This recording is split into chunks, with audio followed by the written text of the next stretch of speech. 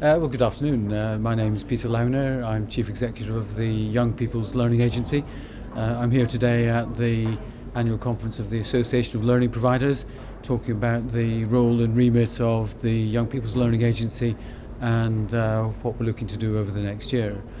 To say a little bit more about that, the Young People's Learning Agency has the mission to champion young people's learning. I call it the Ron Seal mission, and we're keen to do exactly what it says on the tin. We're actually a very simple organisation. We only do three things.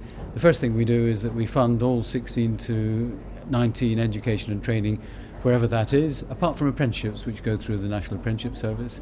That's about 1.4 million young people funded through that route. The second thing we do is we fund academies for all their provision. Once the academies are up and running, there's 203 academies. There's 1.7 billion there, and that's going to be quite a lot more as the number of academies grows. And the third thing we do is we fund young people directly. We pay their educational maintenance allowance, and I've talked to a lot of young people, and it's great to see the difference that makes to some of our most disadvantaged young people and to the opportunities they've got to benefit from education and training. So that's what we do. In terms of some of our challenges, we're a new organisation, so we're building our capacity. We need to be as efficient as we can, and I'm sure everyone who listens to this will want to make sure that we take as little money out of the system and pass it on just as quickly as we can. So we take, at the moment, 5 pence for every £10 that we spend in our admin costs. That's 0.5%, and I expect that to fall quite sharply in the couple of years ahead.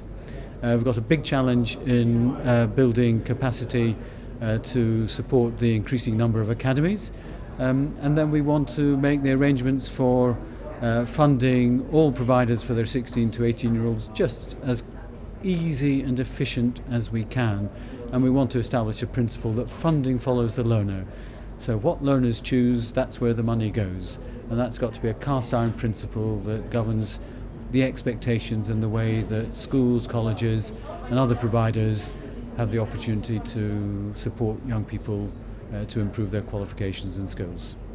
And Peter, what do you see to be the future of 16 to 19-year-old education? Well, I think the critical thing about 16 to 19 is that the market is much more diverse at that point. Clearly there are a number of schools that have sixth forms, and that's right for many young people. There are other young people who then have the opportunity of an apprenticeship. Other young people will go on to a sixth form college where you get a very wide choice. Others will go to a general further education college if they want to establish study a vocational subject. That's the big important thing about this sector, but it all needs to be focused on giving young people the right opportunity for them. We need a diverse range of opportunities and a diverse range of providers to meet the different needs of young people in that age. And that diversity is a great thing to celebrate, and finding the right thing that will turn the light bulb on for every young person, again, is what the Young People's Learning Agency is about.